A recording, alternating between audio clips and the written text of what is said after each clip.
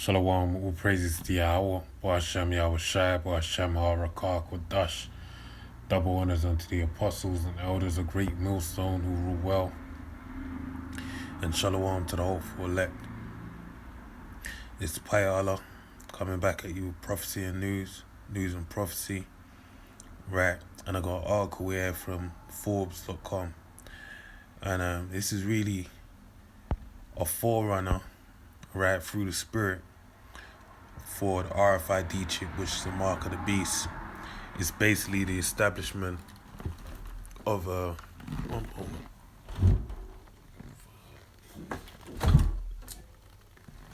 It's basically the system being established by means of what a RFID chip can be utilized upon, right? The blockchain,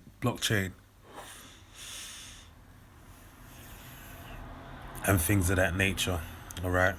So I didn't even realize I was wrote there as well. So I'll read this article, and Lord willing, you be edified. Right. So central bank digital currencies are not cryptocurrencies. I write about the social impact of blockchains.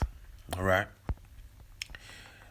There's a recent upswing in interest in central bank digital currencies. Okay. So I believe this was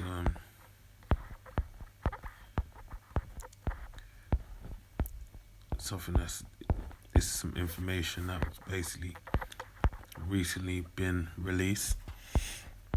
But I want to delve into the article. So it says there's been a recent upswing in interest in central bank digital currencies, with China piloting DCEP, its version of a digital yuan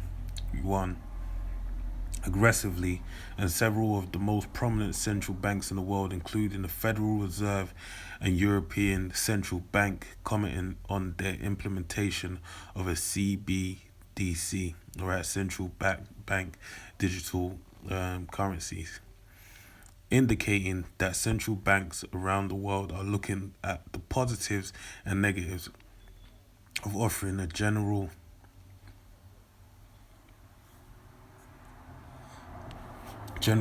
purpose central bank digital currency. About 80% of the central banks in recent survey were looking at implementing CBDCs, and more than a half have already started running experimental pilots. Right? So that's a great amount, man, a majority. Right? It becomes a critical moment with cryptocurrencies such as Ethereum, and Bitcoin having weathered the storm of market-based economics, serving in both retail use cases and also as an institutional hedge, as well as a new philosophical approach to computational resources.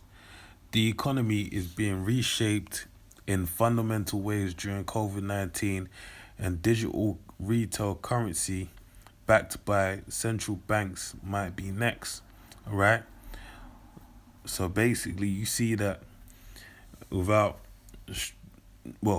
see that the Bitcoin cryptocurrencies basically have put stepping stones in place, followed by the recent economical crisis, pandemic, should I say, pandemic crisis or pandemic, that's unfolded on the earth. It's basically made cash it's dethroned cash from being king to be secondary to contactless payment. So it's making making way for a cashless society, basically, right? That's why it says the economy being reshaped. It says it here, actually. I don't think I wrote. Actually, I did read it, but let me read it again. The economy is being reshaped in fundamental ways during COVID-19, and digital retail currency backed by central banks might be next, right? So that's the next step, basically, by default, With the rise of cryptocurrencies, the natural comparison for a new central bank digital currency is to their standards. Yet, in many important ways, many of the proposed implementations of central bank digital currencies run completely counter to cryptocurrency principles. All right. So let me read that again because I need to get these points out. So, with the rise of cryptocurrencies, the natural comparison for a new central bank digital currency is to their standards. All right, it's naturally gonna happen. Yet, in many important ways, many of the proposed implementations of central bank digital currencies run completely counter to cryptocurrency principles, evidently, because cryptocurrency was basically set up to circumvent a central banking system, all right? But here we are. In fact, the primal argument for the adaptation of cryptocurrencies has always been that they would serve as a hedge for people who wouldn't want to be forced into digital alternatives to cash propped up by central banks. The first and most important difference is that cryptocurrencies are propped up by network incentives by a node of internationally distributed participants, while a central bank has one central objective, public policy for one country or perhaps a block of countries at best.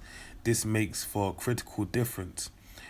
Any one of those central banks are prone to focusing on employment, while observed shifts in wage inflation are seen as less of a priority. This has largely been the case during COVID-19, with the ECB, European Central Bank, and the Federal Reserve racing to loosen restrictions on inflation while aiming for full employment for their domestic countries. So basically, in doing that, they, as it said, wage inflation. They've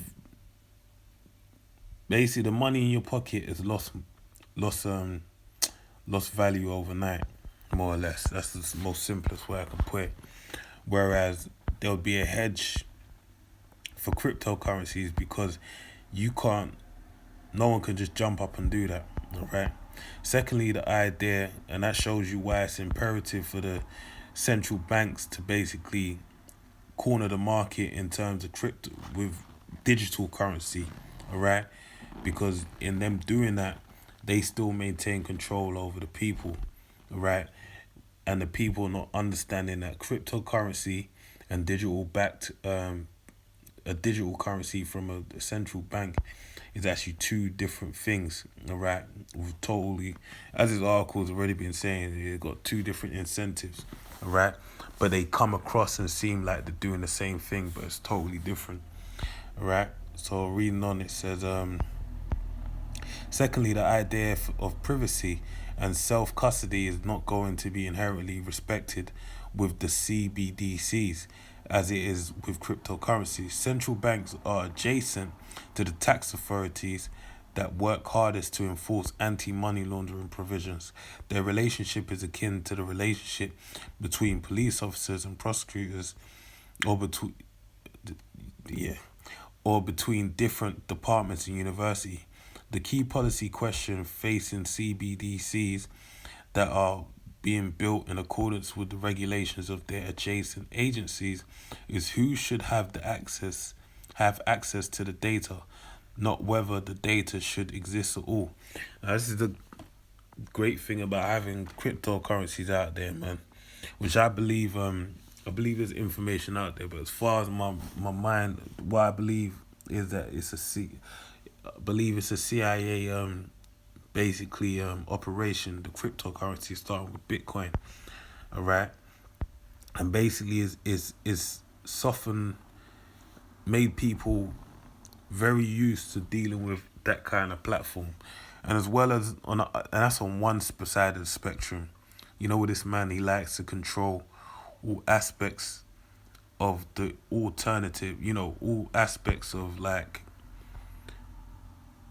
an idea or concept. So he'll offer you, you know, the opposing side.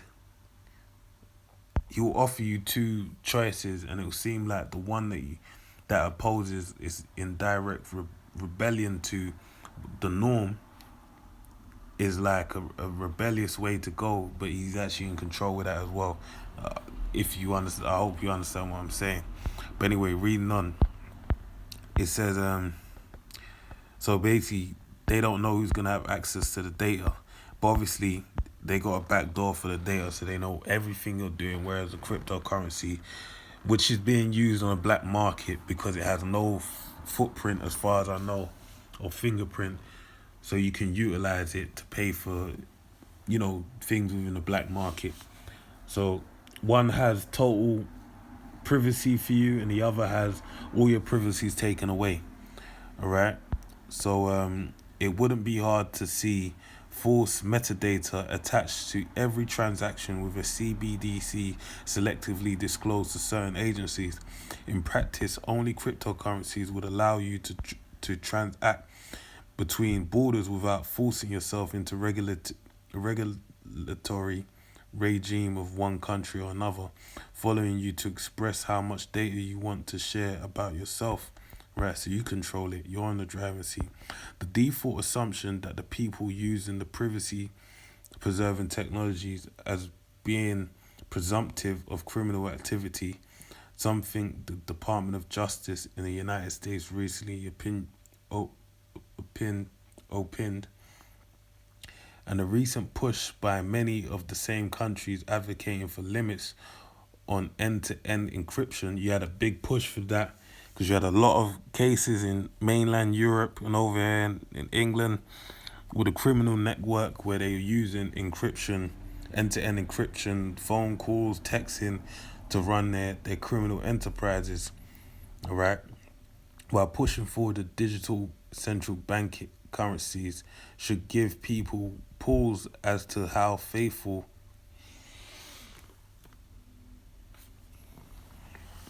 governments will be towards privacy and the ability for people to conduct financial transactions in the manner they choose. Lastly, one other point of emphasis is that cryptocurrencies are relatively battle tested.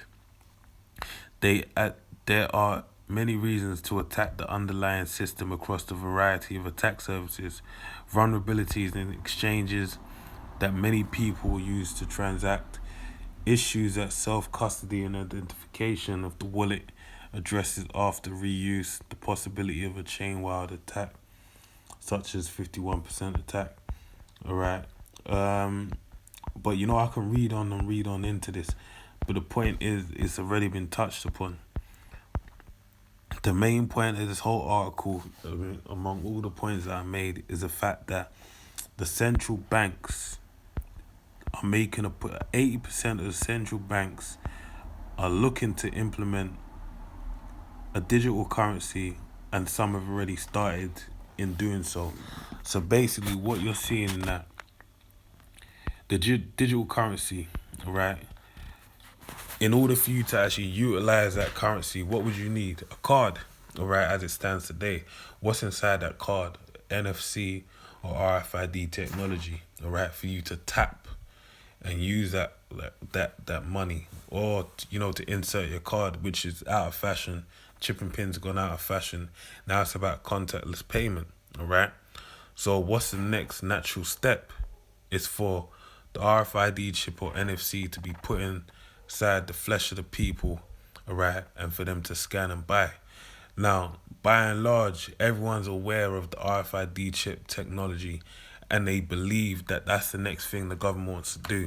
But a lot of people are not willing to do it. That's the general consensus. Everyone I've spoke to that I know, they in the world, obviously, that's what they say, all right? But obviously, this man has got something up his sleeve, all right, through the spirit and power Yahweh Shem El Shai, because he's his sword on the left hand side, as it tells you in Psalm 17. So that's really the point. This is just showing you that the times at hand, man. 80% of these central banks basically want to establish their digital currency. Okay, so I want to close out on this scripture. One of my favorites, man. I ain't read it in a while. This is Isaiah 36:6, and it reads, Lo, thou trustest in a star for this broken reed.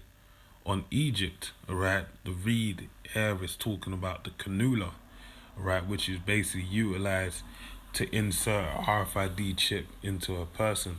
So it's saying the people trust in a broken reed, that cannula, in Egypt, based on Egypt, right, which is, as you know, America and this Western world, the beast, with 7 heads and 10 horns, that's been revived again. The dragon is basically channels the spirit of Sodom and Egypt. Okay, so that's what it's speaking about. Whereon, if a man lean, it will go into his hand and pierce it. So is Pharaoh, king of Egypt, and all that trust in him. Right.